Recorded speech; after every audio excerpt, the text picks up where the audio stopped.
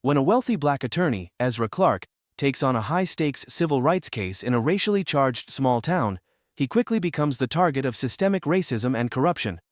As he defends Patricia Henderson, a teacher falsely accused of fabricating evidence, Ezra uncovers a shocking web of intimidation, fabricated charges, and abuse of power orchestrated by local authorities. Battling relentless prejudice and the calculated efforts of a corrupt officer and an unscrupulous prosecutor, Ezra's journey exposes the harsh realities of racism in America, leaving audiences infuriated by the depths of injustice faced by those who dare to speak out. Mark Thompson sat in the corner of the dimly lit cafe, his fingers tracing the rim of his coffee cup. The hum of quiet chatter surrounded him, but his thoughts drowned it out. 6 months ago, he wouldn't have been caught dead here.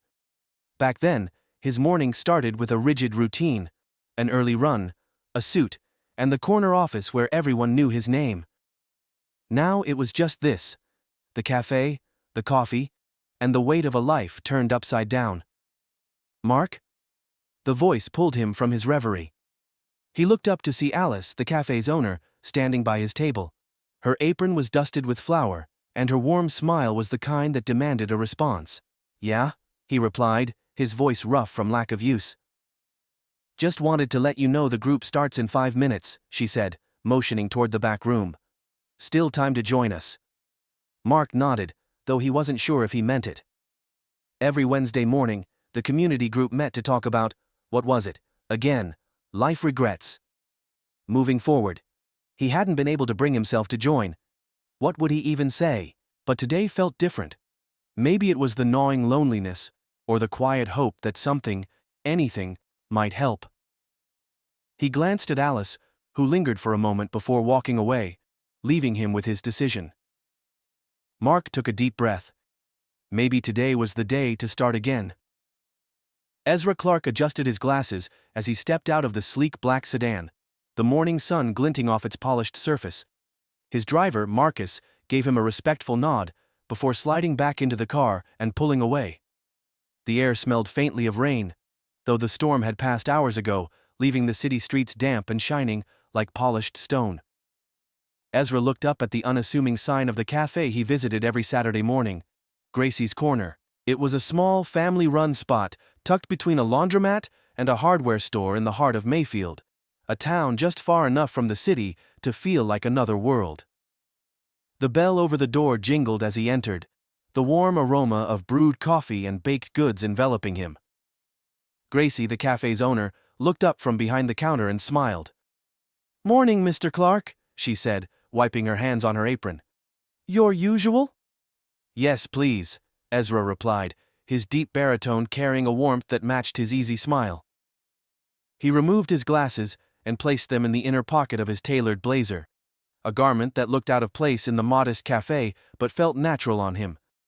Ezra had a way of blending into his surroundings despite his commanding presence. It wasn't the suit or the polished shoes, it was his humility, the way he spoke to everyone as though they were the most important person in the room. Gracie, a short woman in her 60s with a no-nonsense demeanor, began preparing his order: a double espresso and a slice of her signature lemon loaf. "Long week?" she asked over the sound of the espresso machine. "Always," Ezra said with a chuckle. "But productive." That was an understatement. Ezra Clarke was one of the most sought-after corporate attorneys in the state, his name whispered in the halls of power as a man who could win the unwinnable cases. He'd negotiated billion-dollar deals, fought against powerful adversaries, and still found time to serve as a mentor for underprivileged law students. Yet here he was, spending his Saturday mornings in a cafe, where the coffee cups were chipped and the Wi-Fi signal barely worked. It was one of the few places where he felt human, not a title or a headline. As Gracie handed him his order, a voice from behind him cut through the cozy atmosphere. "Excuse me, can I get some service?" Ezra turned to see a man in his late 40s standing by the counter. He was dressed in jeans and a flannel shirt, his face red with impatience. His eyes flicked to Ezra and lingered for just a moment too long, narrowing slightly. Ezra knew the look well, suspicion wrapped in a thin veneer of civility. Gracie, unfazed, gestured toward the menu above the counter. "What can I get for you, sir?" The man ordered a black coffee and a bagel, then leaned against the counter, his gaze returning to Ezra. "You're not from around here, are you?" Ezra met the man's eyes, his expression calm and unreadable. "I visit often," he replied. "Figured you've got that city look," the man said, his tone carrying an edge Ezra recognized all too well. Ezra didn't reply. Instead, turning toward the small table in the corner where he always sat, he placed his coffee and lemon loaf down, pulled out a leather-bound notebook, and began jotting down thoughts for a pro bono case he'd taken on. A wrongful eviction involving a single mother and her 3 children. His pen moved steadily, but he could feel the man's gaze boring into him. A few minutes later, the man took his seat at a table nearby. He spoke loudly, his voice carrying across the room. "This town's getting real popular these days. Folks coming in, buying up property, driving up prices, don't know why they can't stay where they belong." Ezra's hand paused mid-sentence, but he didn't look up. He knew the comment was aimed at him, even if it was framed as a general observation. He had encountered such remarks before, subtle, coded, and easily denied if challenged. Gracie shot the man a warning glance as she refilled the coffee pots. "Let's keep it friendly, Ed," she said, her voice firm but polite. Ed shrugged, raising his hands in mock innocence. "Just making conversation." Ezra took a sip of his espresso, letting the bitterness ground him. He wasn't here to cause a scene, he never was. But as he continued writing, he couldn't ignore the tension creeping into the room. He glanced out the window, watching as a group of children chased each other down the sidewalk, their laughter ringing out like wind chimes. It was a stark contrast to the undercurrent of hostility inside the cafe. He finished his notes and closed the notebook, slipping it back into his briefcase. As he stood to leave, Ed spoke again, louder this time. "Hey, you're some kind of big shot, aren't you?" Ezra turned slowly, meeting Ed's eyes. "I'm an attorney," he said simply. Ed snorted. "Figures probably working for one of those developers tearing up farmland for fancy condos." Gracie's voice cut through the conversation like a knife. "Ed, that's enough." But Ezra held up a hand, his tone steady. "Actually, I represent individuals and communities facing unfair treatment. My most recent case involved stopping a predatory landlord from evicting tenants without cause." Ed's expression flickered with surprise before settling back into suspicion. "That right?" "It is," Ezra said, picking up his briefcase. "If you ever need legal assistance, Gracie knows how to reach me." With that, he walked toward the door, his steps measured and deliberate. The bell jingled as he stepped outside, and the fresh air hit him like a balm. He exhaled slowly, feeling the weight of the encounter lift slightly. Marcus pulled up to the curb just as Ezra reached the street. "Everything all right, sir?" he asked, opening the car door. Ezra smiled faintly. "It is now, let's head back." As the sedan pulled away from Gracie's corner, Ezra couldn't shake the feeling that the morning's encounter was a prelude to something larger. He had spent his life navigating spaces where he wasn't always welcome, using his poise and intellect to disarm prejudice. But the air in Mayfield felt different lately, charged with a quiet tension he couldn't ignore. Ezra Clarke sat in the back of the sleek sedan, his mind replaying the encounter at Gracie's corner. Ed's words weren't new to him, but they clung to the edges of his thoughts like smoke from a dying fire. He adjusted his cufflinks, a subtle attempt to shift his focus. The day was far from over, and he had a meeting to attend. "Marcus," he said, his tone measured, "drop me off at the courthouse." "Yes, sir," Marcus replied, his eyes flicking to Ezra in the rearview mirror before returning to the road. Mayfield's courthouse was a modest structure, its brick facade weathered by decades of Midwestern winters. It stood at the edge of town, its grandeur understated but purposeful. Ezra had been here several times before, usually for cases involving rural land disputes or community rights. Today, he was scheduled to argue a procedural motion for a civil rights case, one that had drawn quiet but pointed attention in the town. Marcus pulled to a stop at the courthouse steps, and Ezra stepped out, his briefcase in hand. He paused, taking in the building as he adjusted his blazer. Despite the mundane routine of his arrival, he could feel eyes on him. It was something he had grown accustomed to, a silent observation that questioned his place before he even spoke. Inside, the courthouse bustled with the usual commotion of clerks, attorneys, and litigants moving through the day's docket. Ezra headed toward the security checkpoint, where two officers stood at attention, One was a younger man, barely out of his 20s, with a buzz cut and a badge that gleamed under the fluorescent lights. The other was older, his hair graying at the temples, his demeanor stoic. "Empty your pockets and place your belongings on the tray," the younger officer said, his tone brisk. Ezra complied, setting his wallet, keys and phone on the conveyor belt. He placed his briefcase carefully beside them, stepping through the metal detector as instructed. The machine beeped sharply. "Step back and try again," the younger officer said, motioning Ezra to the side. Ezra removed his belt, folding it neatly before placing it in the tray. He stepped through the detector again, the machine remaining silent this time. The older officer spoke up, his voice gruff. "What's in the briefcase?" "Legal documents," Ezra replied evenly. "I'm here for a hearing." The younger officer exchanged a glance with his partner. "We'll need to check its standard procedure." Ezra nodded, though he noted the way their eyes lingered on him longer than they had on the attorney ahead of him, an older white man who had walked through without so much as a second glance. The older officer unlatched the briefcase, rifling through the neatly organized folders and papers. His fingers brushed over Ezra's leather-bound notebook, pausing for a moment before he moved on. "All clear," he said gruffly, snapping the briefcase shut and sliding it back to Ezra. "Thank you," Ezra said, his tone polite but firm. He retrieved his belongings and moved toward the courtroom, the weight of the interaction settling in his chest.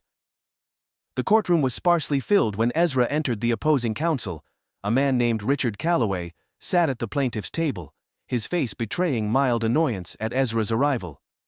Calloway was a partner at a well-known firm, his specialty rooted in defending corporations against discrimination claims. Ezra had tangled with him before, and their interactions were rarely cordial.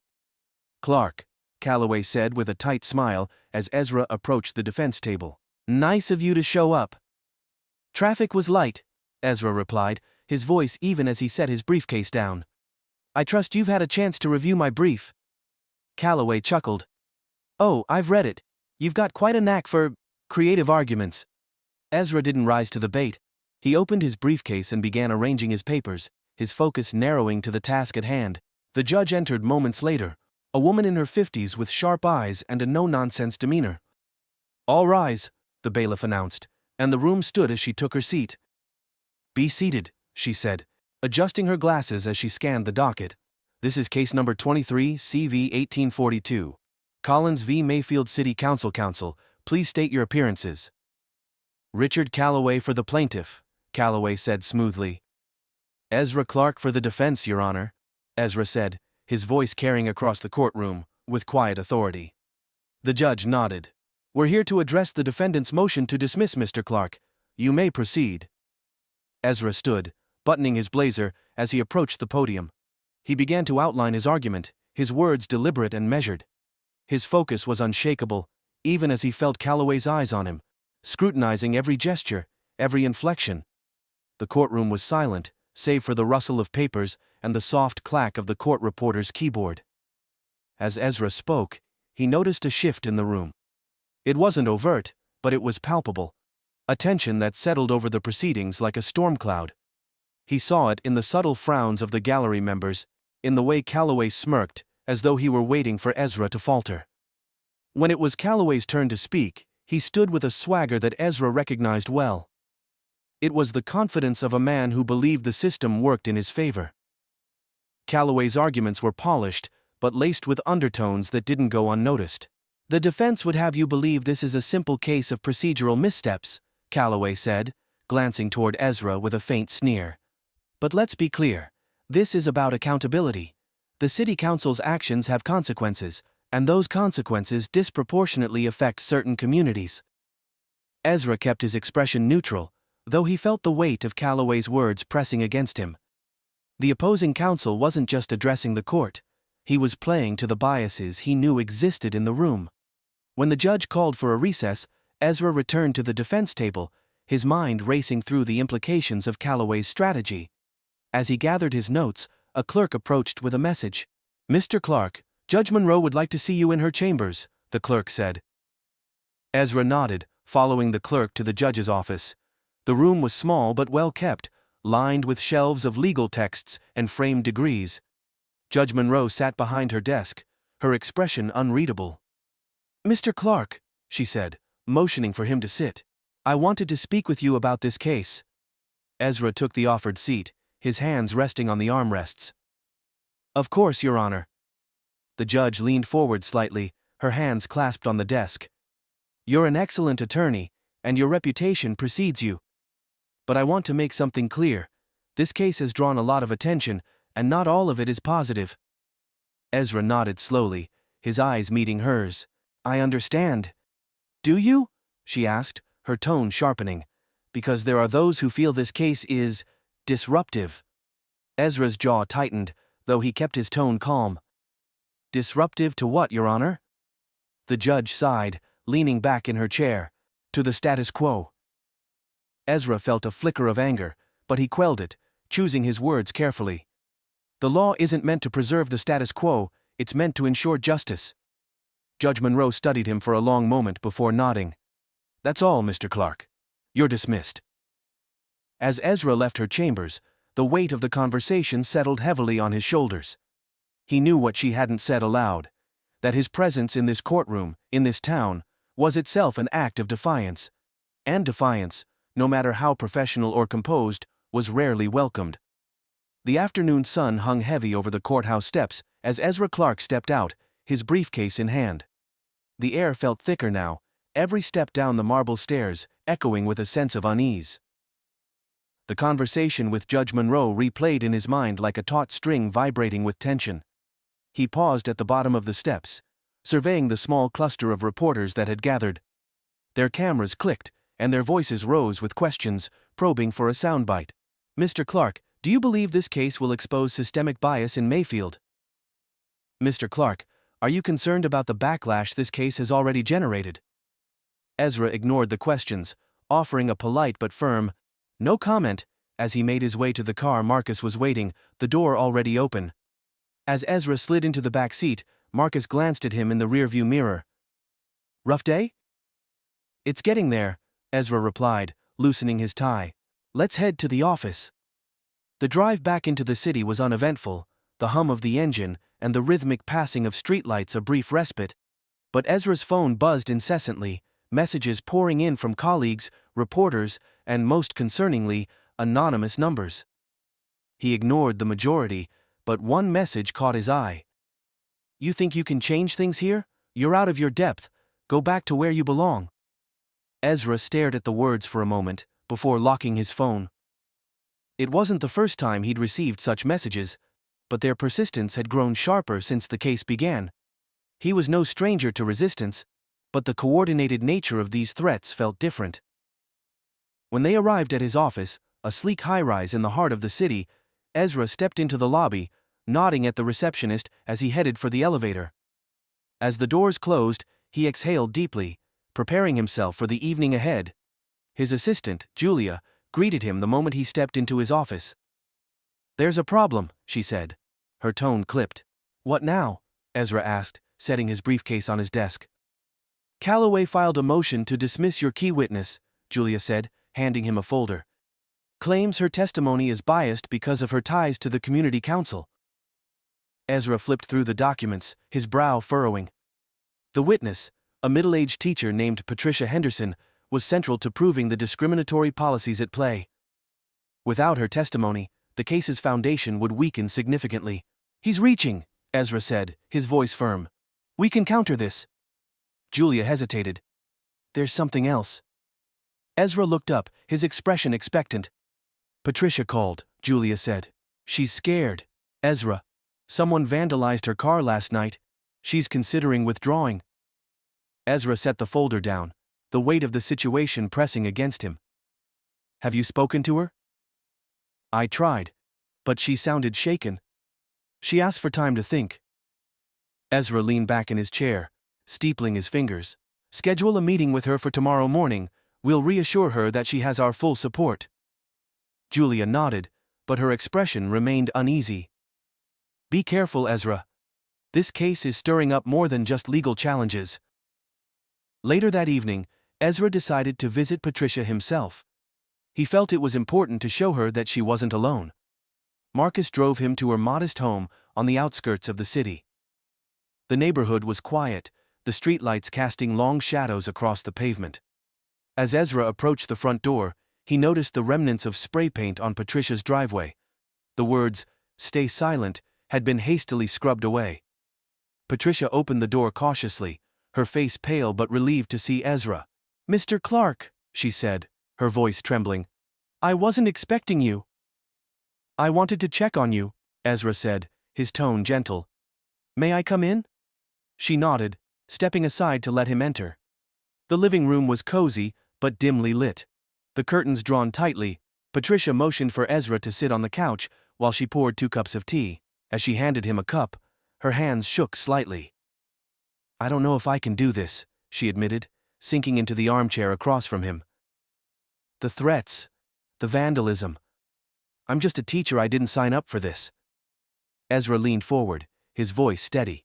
"Patricia, I understand how frightening this must be, but your testimony is crucial.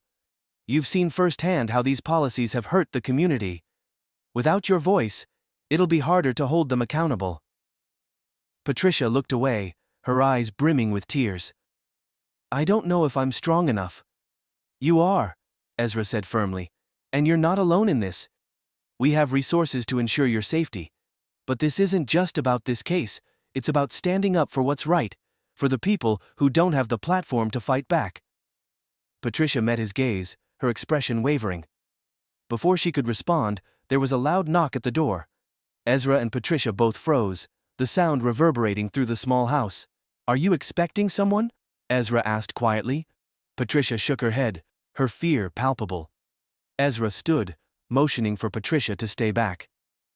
He approached the door cautiously, peering through the peephole. 2 uniformed police officers stood on the porch, their expressions unreadable. Ezra opened the door, his posture calm but alert. "Officers, how can I help you?" "Ezra Clarke?" one of them asked, his tone clipped. "Yes," Ezra replied. "We received a report of suspicious activity at this residence," the officer said, his hand resting on his belt. "We'll need to ask you a few questions." Patricia stepped forward, her voice shaking. "This is my home. Mr. Clarke is my attorney. There's no suspicious activity here." The officer's eyes flicked to Patricia, then back to Ezra. "Step outside, sir." Ezra's jaw tightened, but he complied, stepping onto the porch. "I'd like to know the nature of this report," he said, his voice measured. The second officer crossed his arms. "Neighbor called it in, Sayed. There was a man matching your description acting aggressively." Ezra felt a cold anger simmering beneath his calm exterior. "I assure you, I've been nothing but respectful." The first officer narrowed his eyes. "Let's see some identification." Ezra handed over his driver's license, watching as the officer scrutinized it longer than necessary. Patricia appeared in the doorway, her voice firmer now. "This is harassment. Mr. Clarke hasn't done anything wrong." "Ma'am, we're just doing our job," the second officer said, his tone dismissive. Ezra held Patricia's gaze, silently urging her to stay calm. "Officers, unless you have probable cause, I suggest you move on. I have no intention of disrupting this community, but I will not tolerate baseless accusations." The first officer stared at him for a moment longer before handing back his ID. "Have a good evening," he said, though his tone carried no warmth. As they walked back to their cruiser, Ezra stood rooted on the porch, his fists clenched at his sides. He waited until they drove away before turning to Patricia. "Are you all right?" he asked. She nodded shakily. "They didn't even try to hide it." Ezra exhaled slowly, his resolve hardening. "This is exactly why your testimony matters. They think intimidation will silence us. We can't let them win." Patricia's expression shifted, the fear in her eyes giving way to determination. "You're right," she said quietly. "I'll testify." Ezra placed a reassuring hand on her shoulder. "We'll get through this together." As he left Patricia's home, Ezra knew the stakes had risen. The system wasn't just flawed, it was actively resisting him at every turn, but he wasn't backing down. Not now. The next morning, Ezra Clarke sat in his office, the sound of rain tapping lightly against the window. A stack of documents lay untouched on his desk. Patricia's courage from the night before still lingered in his thoughts. but the weight of what it meant for both of them pressed heavily on him. The threats, the biases, the subtle and overt challenges, they weren't just obstacles, they were the system. One he had fought his entire career to challenge, now baring its teeth. Julia knocked lightly on his door before stepping in. "We have a problem," she said, her voice tense. Ezra leaned back in his chair, already bracing himself. "What now?" "The opposition just leaked a memo to the press," Julia said, setting a tablet in front of him. The screen displayed a headline that made Ezra's stomach churn. "Defense attorney accused of manipulating witnesses in high-profile discrimination case." "They're claiming you coerced Patricia into testifying," Julia explained. "The timing's no coincidence." Ezra read the article quickly, his jaw tightening. It was filled with vague accusations, unnamed sources, and just enough insinuation to cast doubt on his integrity. "Calloway," Ezra muttered under his breath. Julia nodded. "He's behind this, no question, but it's already making waves. The courthouse phones are ringing off the hook, and Patricia called again this morning. She's shaken." Ezra closed his eyes for a moment, centering himself. "Schedule a press conference for this afternoon," he said. "We're addressing this head-on." By midday, Ezra stood at a podium outside his office building, flanked by Julia and a small group of supporters. The reporters gathered in the rain, their cameras and microphones poised. Ezra's voice was steady, firm.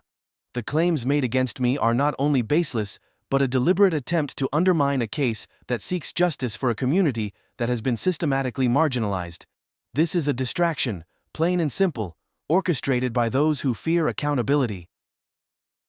Questions flew from the reporters, but Ezra held his ground, countering each with the calm precision that had earned him his reputation. Still, the tension in the air was undeniable. This wasn't just about a case, it was about his credibility, his career, his identity. As the conference ended, Julia pulled him aside. "That was solid, but it won't be enough. They're playing dirty, Ezra."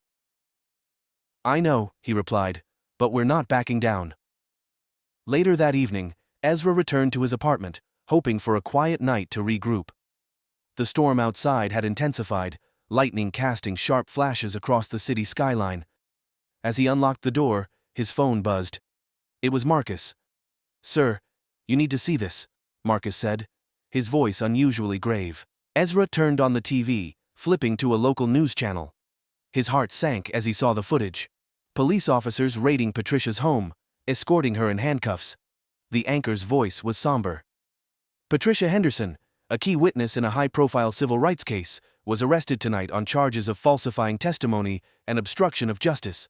Authorities claim to have evidence linking her to fabricated evidence in the case." Ezra's grip on the remote tightened, anger rising in his chest. He knew exactly what this was, an orchestrated attack to dismantle the case and discredit him by association. He called Julia immediately. "Get the team together. We need to act fast." An hour later, Ezra sat in a conference room with his core legal team.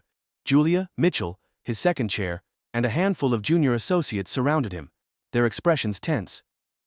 "This is a blatant attempt to intimidate Patricia and derail the case," Ezra said, pacing the room. "They've weaponized the system against her." Mitchell spoke up, his tone hesitant. "Ezra, even if we prove the charges against her are false, the damage is already done. The jury pool will be tainted, and public perception is shifting."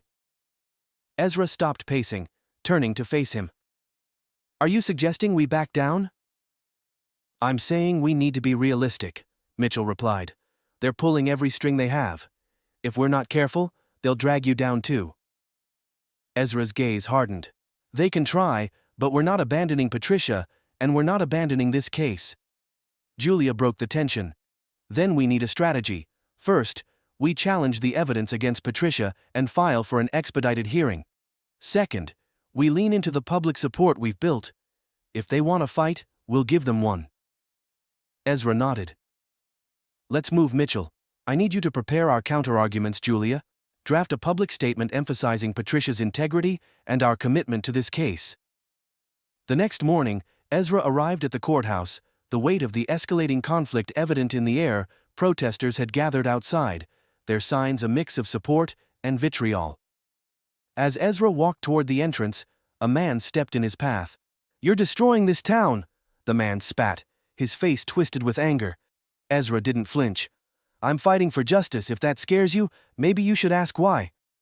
The man's face darkened, but he stepped aside as Ezra continued into the courthouse. Inside, the tension was no less palpable. Calloway waited near the courtroom, his smug expression only fueling Ezra's resolve. "Rough night, Clarke?" Calloway said, his tone dripping with mock concern. Ezra didn't respond, brushing past him. The courtroom was already filling with reporters and spectators, eager to witness the latest development in the case. When the judge entered, the room fell silent. The hearing was tense, with Calloway presenting the charges against Patricia as though they were irrefutable. Ezra countered with surgical precision, dismantling the weak evidence and pointing out the glaring inconsistencies in the prosecution's claims. But as the hearing progressed, it became clear that the judge was hesitant to dismiss the charges outright. The system's bias was on full display, and Ezra felt the frustration mounting in his chest. When the hearing adjourned, Ezra stood outside the courthouse steps, addressing the reporters once again. His voice was steady, but the fire in his eyes was unmistakable. "This is a fight for justice, not just for Patricia Henderson, but for every individual who has been silenced by fear and oppression. We will not be intimidated, we will not be silenced." As the crowd dispersed, Julia approached him.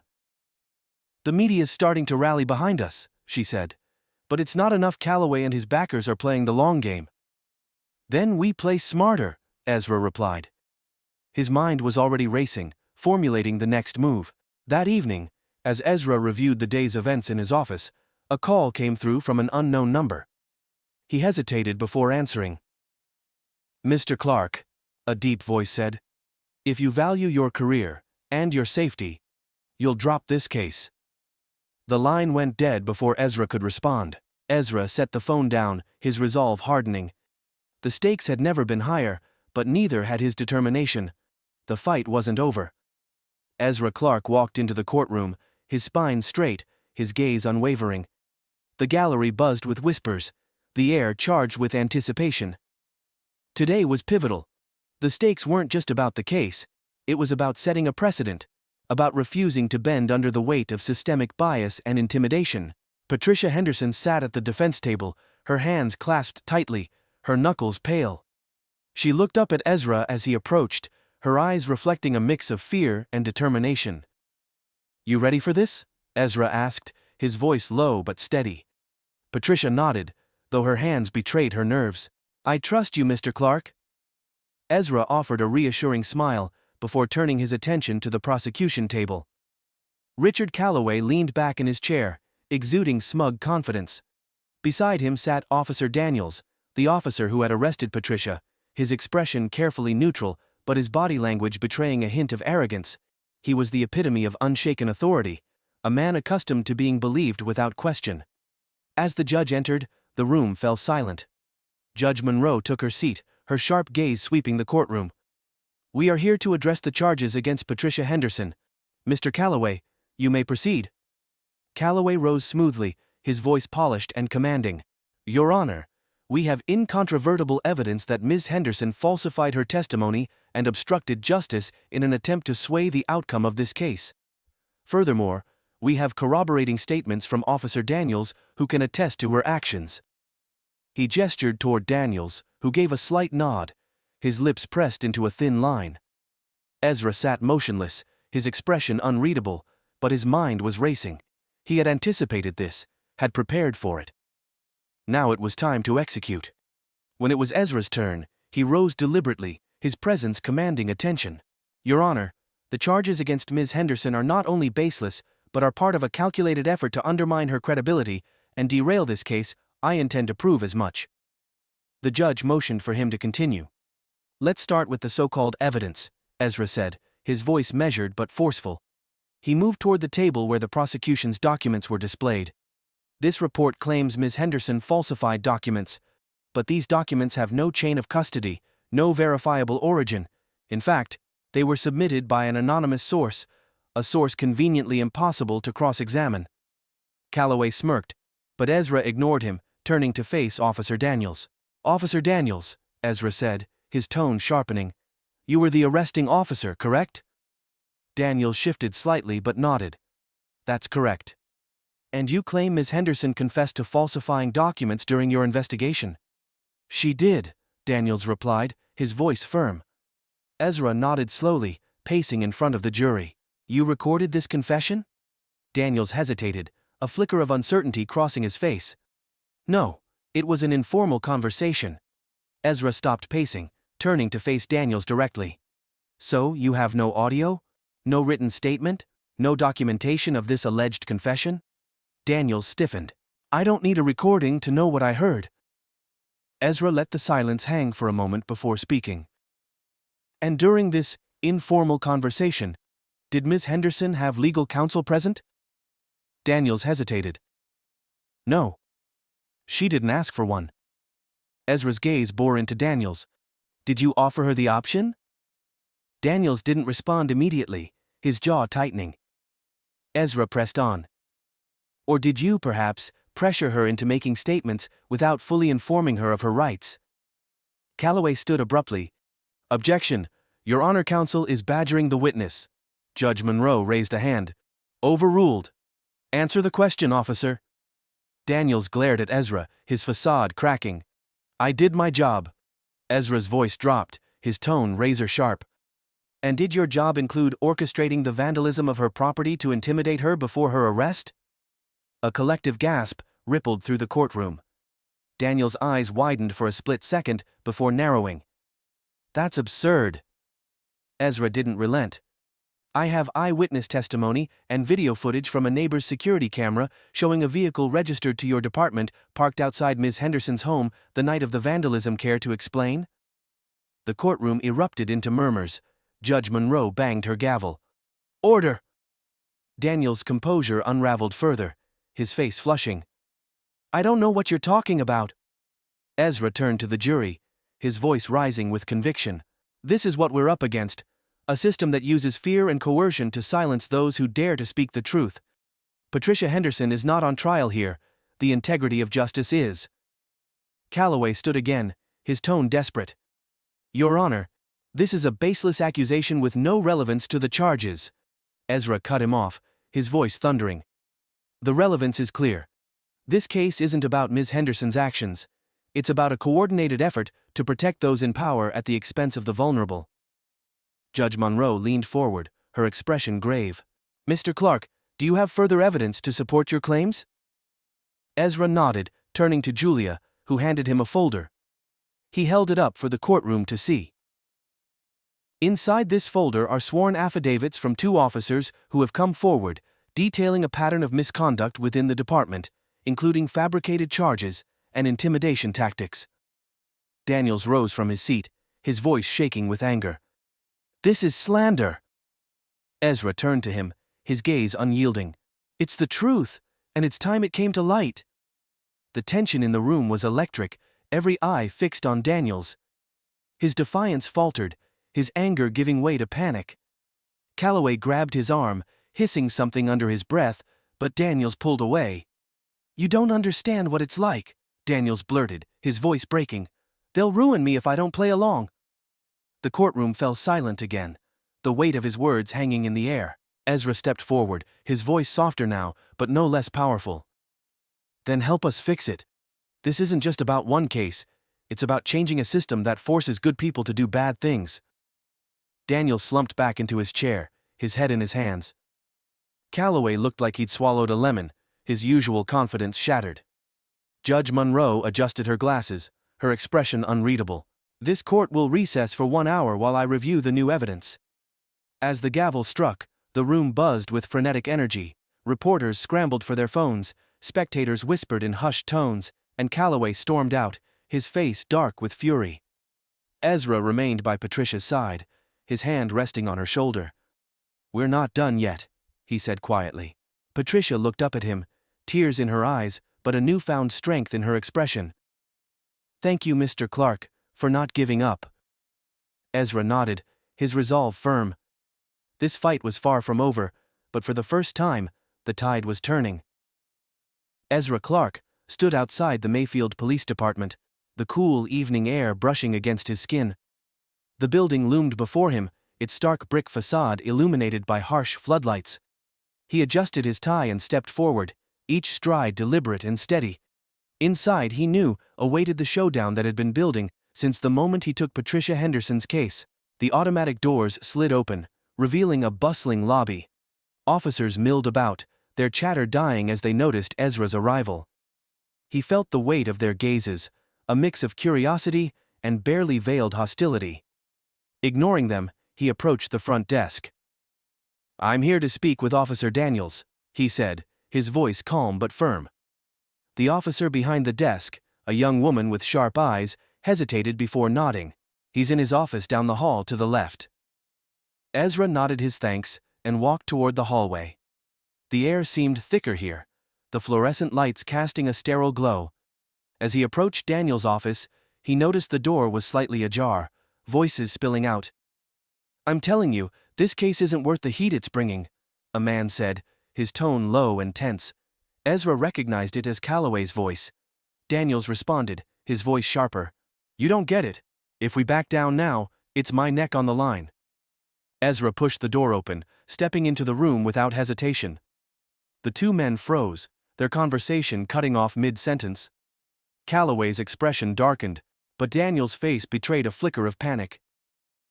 "Gentlemen," Ezra said, his tone even as he closed the door behind him, "I thought I'd save us the trouble of another courtroom circus." Calloway crossed his arms, his sneer returning. "What do you want, Clarke? You're out of your depth here." Ezra ignored him, his gaze fixed on Daniels. "Officer Daniels, it seems you found yourself in a rather precarious position. Care to explain why my witness was arrested based on fabricated evidence?" Daniels shifted uncomfortably, his bravado cracking under Ezra's unyielding stare.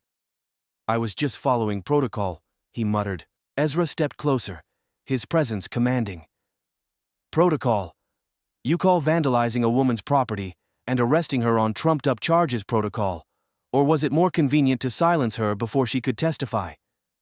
Daniels opened his mouth to respond, but Calloway cut in. "Careful, Clarke. Those are serious accusations."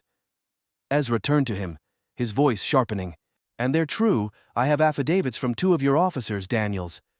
They've detailed everything. How you orchestrated the intimidation, how you planted false evidence, how you've weaponized your badge to protect those who'd rather see justice buried." Daniels paled, his composure unraveling further. "They don't know what they're talking about." Ezra leaned forward, his voice dropping to a razor-sharp whisper. "I think they do. And so does the judge. It's only a matter of time before the whole truth comes out. So, tell me, Daniels, how deep are you willing to sink to protect your lies?" Daniels looked away, his fists clenching at his sides. Calloway stepped between them, his voice rising. "This is harassment. You have no proof, no case. You're grasping at straws, Clarke." Ezra straightened, his calm resolve like steel. "If that were true, you wouldn't be here trying to control the damage, you wouldn't be leaning on Daniels to keep his mouth shut. But it's over, Calloway. You've lost." Calloway smirked, but it lacked conviction. "We'll see about that." Ezra stepped back, his gaze flicking to Daniels one last time. "You have a choice to make, officer. You can keep covering for a broken system, or you can start telling the truth. But know this, every lie you tell digs your hole deeper, and when the time comes, you'll be the one left holding the shovel." With that, Ezra turned and walked out, leaving the two men in a tense silence. The next morning, the courtroom was packed. Reporters lined the back wall, their cameras trained on the proceedings. Patricia sat at the defense table, her posture stiff, but her chin held high. Ezra stood beside her, his presence a steadying force. Calloway, seated at the plaintiff's table, looked less confident than usual. Daniels was absent, his chair conspicuously empty. Ezra noted the murmurs rippling through the gallery, speculation mounting about what had transpired the night before. When Judge Monroe entered, the room fell silent. She adjusted her glasses and looked over the docket. "Before we proceed, I understand there have been developments in this case, Mr. Clarke. You may present your evidence." Ezra rose, his movements deliberate. "Your Honor, I'd like to submit new affidavits and video evidence demonstrating a coordinated effort to intimidate witnesses and fabricate charges against Ms. Henderson." He handed the documents to the clerk, who passed them to the judge. Monroe read them carefully, her expression growing graver with each passing moment. "This is troubling," she said finally, looking up at Calloway. "Do you have a response, Mr. Calloway?" Calloway stood, his facade cracking. "Your Honor, these claims are baseless. An attempt by the defense to deflect attention from the real issue." Monroe raised a hand, cutting him off. "That will be enough. Officer Daniels has submitted a statement corroborating the defense's evidence." A gasp rippled through the room. Calloway's face turned ashen. Ezra allowed himself a small smile, his gaze steady on Calloway. "Your Honor, in light of this evidence, I move to dismiss all charges against Ms. Henderson and request a formal investigation into the actions of the prosecution and the Mayfield Police Department." Judge Monroe nodded, her tone firm. "Motion granted. Ms. Henderson, you are free to go." Patricia let out a shaky breath, tears streaming down her face. Ezra placed a reassuring hand on her shoulder as the gallery erupted into noise, some cheering, others murmuring in disbelief. Calloway slumped into his chair, defeated. Ezra turned to him, his voice low. "Justice isn't a game, Calloway, remember that." As Ezra escorted Patricia out of the courtroom, the sunlight spilling through the courthouse doors felt warmer, brighter. The fight wasn't over. Not by a long shot. But for the first time, the tide was turning. Ezra Clarke stood outside the courthouse, his breath fogging in the crisp evening air. The media had descended like a storm, reporters shouting questions and flashing cameras capturing every angle of his victory. But Ezra barely registered the chaos. His focus was on Patricia Henderson, who stood beside him, her shoulders squared and her face resolute. "Thank you," Patricia said, her voice trembling with both gratitude and relief. "I don't know what would have happened without you." Ezra smiled, the warmth in his expression softening his otherwise commanding presence. "You didn't just win today, Patricia. You showed them that fear won't silence the truth." Nearby, Julia approached, her phone in hand. "Ezra, you're going to want to see this," she said, her tone a mix of triumph and urgency. She handed him the phone, where a breaking news headline blared, "Officer Daniels confesses to systemic corruption in explosive interview." Ezra quickly scanned the accompanying video. Daniels, his face drawn and pale, sat across from a reporter, recounting years of intimidation, fabricated evidence, and cover-ups orchestrated by a small but powerful faction within the department. He named names, colleagues, superiors, and even Calloway, whose influence stretched deeper than Ezra had anticipated. Ezra handed the phone back to Julia, his jaw tightening. "This is just the beginning," he said. "The system won't collapse overnight, but now they know we're watching." Accountability in action. The fallout was swift and far-reaching. Calloway resigned within days, his reputation shattered by the revelations. Internal investigations swept through the Mayfield Police Department, leading to suspensions, firings, and, in some cases, criminal charges. Officer Daniels' confession had acted as a catalyst, forcing those in power to confront the rot within their ranks. Ezra remained at the forefront of the movement. He worked tirelessly to ensure that Patricia's case was the first of many steps toward systemic reform. Meetings with community leaders, public forums, and media appearances filled his days, each one a battle to keep the momentum alive. But the work wasn't without its challenges. Backlash came in waves, threatening emails, smear campaigns, and thinly veiled warnings from those who wanted the status quo preserved. Yet, Ezra pressed on, his resolve unshaken. A moment of reflection. One evening, Ezra returned to Gracie's Corner, the small cafe where his journey in Mayfield had begun. The bell jingled as he entered, the familiar aroma of coffee and lemon loaf wrapping around him like an old friend. Gracie, the owner, looked up from behind the counter and smiled. "Well, if it isn't our hometown hero," she said, sliding a cup of espresso across the counter. "On the house." Ezra chuckled, accepting the cup. "Thanks, Gracie. But hero's a strong word." "Not to us," she replied, her eyes soft with gratitude. "You gave this town something we hadn't had in a long time. Hope." Ezra took a seat in his usual corner, sipping his coffee as he looked out the window. The street outside was quiet, the kind of calm that spoke of a community beginning to heal. He pulled out his notebook, flipping to a blank page. The work was far from over, but for the first time in weeks, he allowed himself a moment to breathe. The ripple effect. In the weeks that followed, Ezra's actions began to ripple outward. Patricia's case became a rallying point for others who had been silenced, inspiring a wave of grassroots activism in Mayfield, and beyond town hall meetings grew larger, more impassioned, as residents demanded accountability and transparency. State lawmakers, pressured by the growing public outcry, proposed new legislation aimed at addressing systemic bias and abuse of power. While the road to passing these reforms was long, the conversation had shifted in ways that couldn't be ignored. Ezra's law firm also saw a transformation. Younger attorneys, inspired by his leadership, took on pro bono cases with renewed vigor. They saw firsthand how one victory, no matter how hard fought, could ignite a movement, growth, and gratitude. For Ezra, the ordeal had been a crucible, testing every ounce of his patience, resolve, and belief in justice. He had faced threats to his career, his safety, and his reputation, but he had emerged stronger, his purpose clearer than ever. He had learned the value of community, how even the smallest gestures, like Gracie's unwavering support, or the courage of neighbors like Mrs. Gutierrez, could sustain him through the darkest moments. He also saw the importance of allies, from Julia's tireless dedication to Daniel's ultimate decision to break his silence.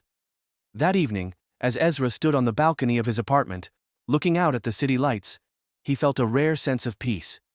He wasn't naive. He knew the fight against systemic injustice was far from over, but he also knew he wasn't alone in the struggle. A new beginning. The next morning, a letter arrived at Ezra's office. It was from Patricia, handwritten on simple stationery. Dear Mr. Clarke, I wanted to thank you again, not just for saving me, but for reminding me that standing up for what's right is always worth it. You didn't just give me my freedom, you gave this town a chance to change. I don't know what the future holds, but I do know this. Because of you, we have hope again. Sincerely, Patricia Henderson. Ezra folded the letter carefully, placing it in his desk drawer. It was a reminder of why he fought, why he endured the sleepless nights and relentless challenges. A knock at the door drew his attention. Julia stepped in, her expression a mix of excitement and determination. Ezra, there's a new case, she said. A small-town teacher facing retaliation for exposing corruption in her district. It's big. Ezra stood, his resolve solidifying once more. Let's get to work. Setting the stage for the future. As Ezra walked into the conference room, the energy in the air crackled with purpose. His team awaited him, their eyes reflecting the fire he had ignited in them. The fight ahead would be difficult, but that was nothing new. What mattered was the progress they had made, and the resolve to continue. For Ezra Clarke, the journey was far from over. But as he stood at the helm of a movement growing larger by the day, he knew one thing for certain. Justice was worth every battle. Ezra Clarke sat alone in his office, the faint hum of the city filtering through the window. The battle in Mayfield had been won, but the scars it left, both personal and systemic, were fresh. His desk was strewn with files, reminders of the many cases that demanded his attention. Yet, for the first time in weeks, he allowed himself a moment of stillness. He reached into his drawer and pulled out Patricia Henderson's letter. Her words echoed in his mind, not as a reminder of victory, but of the responsibility that came with it. Her gratitude was a testament to the power of resilience and truth, but it also carried a challenge: to keep fighting, even when the odds were stacked against him. Growth through adversity. The Ezra who stepped into Mayfield months ago was no stranger to systemic injustice. He had spent years navigating courtrooms and boardrooms, wielding his intellect and authority like a sword. But this fight had tested him in ways he hadn't anticipated. It wasn't just about legal strategy, it was about confronting the deeply rooted biases and fears that shaped people's actions. It was about standing firm when every fiber of his being wanted to rage against the injustice. Ezra had grown. He had learned that strength wasn't just in logic or arguments, but in the ability to endure, to find grace in moments of anger, and to inspire others to act. He had seen the quiet courage of people like Patricia and Mrs. Gutierrez, ordinary individuals who refused to be silenced, and he had felt the weight of their trust in him, a trust he vowed never to betray. The fight had also deepened his understanding of his own limits, and his capacity for change. He had walked a tightrope between professionalism and defiance, between calm composure and the burning need to challenge the system head-on. The balance wasn't always perfect, but it had strengthened his resolve. The bigger picture. The events in Mayfield weren't isolated. They were a microcosm of a larger struggle, a mirror reflecting the cracks in a system designed to protect power at the expense of the vulnerable. Ezra knew that Patricia's case, though significant, was just one thread in a tangled web of injustice. The revelation sparked by Officer Daniel's confession had rippled far beyond Mayfield. Other communities began to speak out, their voices amplified by the media coverage. Whistleblowers stepped forward, exposing similar patterns of corruption and abuse in neighboring towns. Grassroots organizations mobilized, demanding transparency and reform. Ezra saw firsthand how resistance fueled change. The system, once immovable, was beginning to shift. Laws were being drafted, police departments re-evaluated, and communities emboldened. The progress was slow, but it was real. And it reminded Ezra of a truth he often shared with his younger colleagues. Justice is a marathon, not a sprint. But he also understood the fragility of this progress. The forces that resisted change were as persistent as those pushing for it. Fear, ignorance, and prejudice didn't disappear overnight. The work ahead would require vigilance, strategy, and unity. A call to action. As Ezra reflected on the journey, he thought about the people who had stood beside him. Julia, steadfast and resourceful, had been a pillar of support. Marcus, his driver, had been a quiet but unwavering ally. And Patricia, whose courage had sparked a movement, reminded him that even the smallest voices could echo loudly when amplified by truth. Their collective strength was a reminder that change didn't rest on one person's shoulders. It was a shared effort, one that required empathy, action, and the belief that a better world was possible. Ezra hoped the audience watching this story would see that too, that they would feel the urgency of the fight and the possibility of victory. He thought about the communities watching, the individuals grappling with their own struggles. He wanted them to know that their voices mattered, that their resistance could ignite change. He wanted them to see that even when the odds seemed insurmountable, there was power in persistence. Change starts with each of us, Ezra had said in a recent interview. It starts with speaking out, with standing up, with refusing to accept the unacceptable. The system isn't some distant, untouchable entity. It's made up of people, and people can change. Moving forward. As the days passed, Ezra found himself drawn back to his work with renewed purpose. He took on cases that others deemed too difficult or too dangerous, knowing that each one was a step toward dismantling the structures that upheld inequality. His team grew, bolstered by young lawyers eager to follow his example. But Ezra also made time for reflection. He returned to Gracie's Corner regularly, finding solace in its familiarity. He visited Mayfield to check on Patricia and others who had been impacted by the case. He spoke at schools and community centers, sharing his journey and encouraging others to take up the mantle of justice. One evening, as he stood on the steps of the Mayfield courthouse, he saw a group of children playing in the park across the street. Their laughter rang out, unburdened by the weight of the world. Ezra smiled, hopeful that their futures would be brighter because of the seeds planted today. Hope in the struggle. Ezra knew the road ahead wouldn't be easy. The forces of resistance were strong, and the fight for justice was a long and winding path. But he also knew that progress was possible, not because of grand gestures or sweeping reforms, but because of the small, persistent acts of courage that added up over time.